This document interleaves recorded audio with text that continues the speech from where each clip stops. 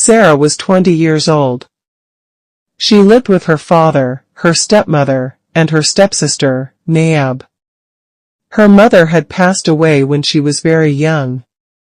Her father had always loved her dearly, but after he remarried, everything changed.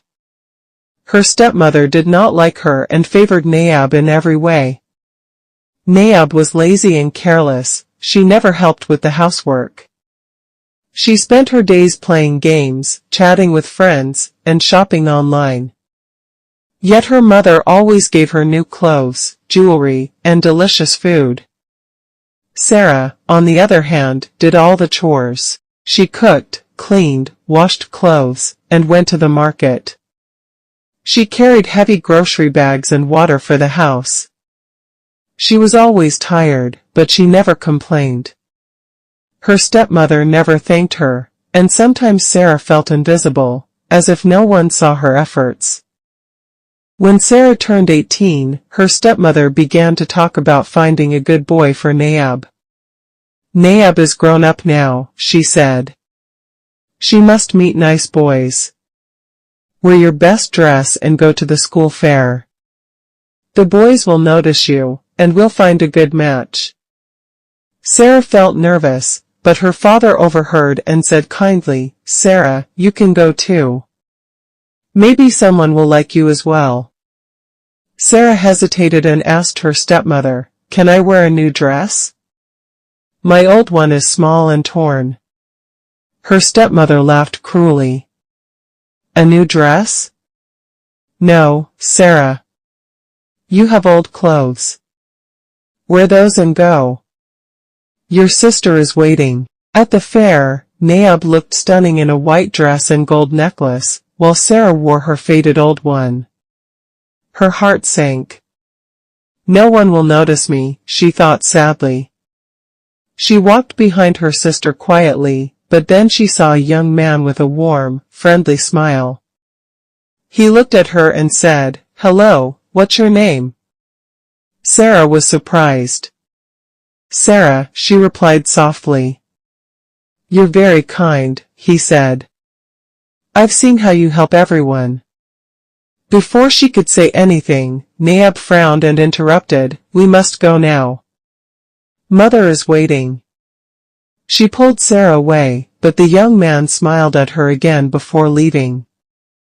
A week later, Sarah's stepmother came up with an odd idea. "Naab, you wear Sarah's old dress, and Sarah, you wear Naab's beautiful one," she said. Sarah felt confused and nervous, but she had no choice. When they arrived at the fair again, Sarah looked completely different. She wore Naab's lovely white dress and gold necklace. Everyone noticed her. People whispered, "Who is she? She looks so beautiful." The same young man saw her and came over. "You look amazing," he said. "I want to meet your family. Can I visit your home?" Naab's face turned red with anger, and her stepmother's smile disappeared. A few days later, Sarah's stepmother asked her to go to the park to collect flowers for decoration. Sarah felt uneasy but obeyed. While walking on the wet grass, she slipped and hurt her leg badly. She couldn't walk home and felt scared and alone. She called the young man for help, and he came immediately. He carried her home, brought her medicine and food, and visited every day until she got better. Sarah was deeply grateful, and for the first time, her father noticed how much she did for the family. "Sarah," he said gently, "I'm proud of you. You're brave, kind, and strong."